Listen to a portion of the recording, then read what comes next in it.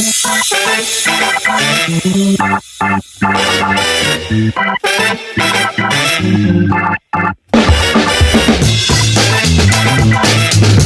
naman po.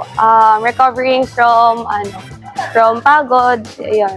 Pero as of now, masaya naman po. Siguro i-describe ko siya na one of the best opportunity na nagkaroon ako sa buong career ko.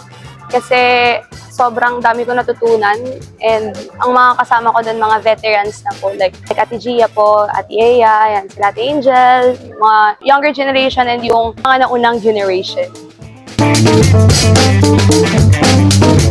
Si Ate Ea Laure po, tapos si Kla na taga-FEU, tsaka si Ate Angel po.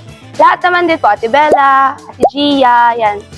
Halos lahat po talaga naging close ko. Pero yung pinaka nakaka-deep talks ko, si Ate Ea Laure po talaga. Talaga po sa international, pag wala kang pasensya, talo ka. Talagang patibayan kung gaano ka kakapit sa sistema nyo, sa yung tiwala nyo sa teammates nyo, and yung grit nyo na gusto nyo manalo, ganyan. Doon lang, patagalan lang. Kung sino una bumitaw, talo.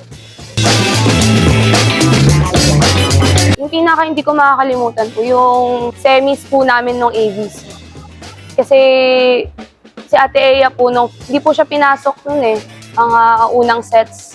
Pero nakita ko po sa kanya yung willingness niya na makatulong sa team, lalo na po nung 5th set. Nakita ko para talagang tiger.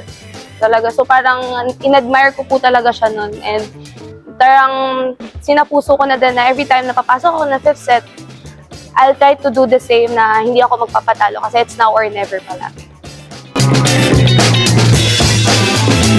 Actually, lahat po natutunan ko, ituturo ko sa kanila or i-share ko po sa kanila once na naranasan na po namin yun. As of now po kasi, naranasan namin ngayon is parang need ng mahabang pasensya for the team sa growth namin, sa development as a whole. So, yun muna siguro yung lagi ko i-remind at i-share sa kanila na maging mapasensya lang sa dadaanan naming road.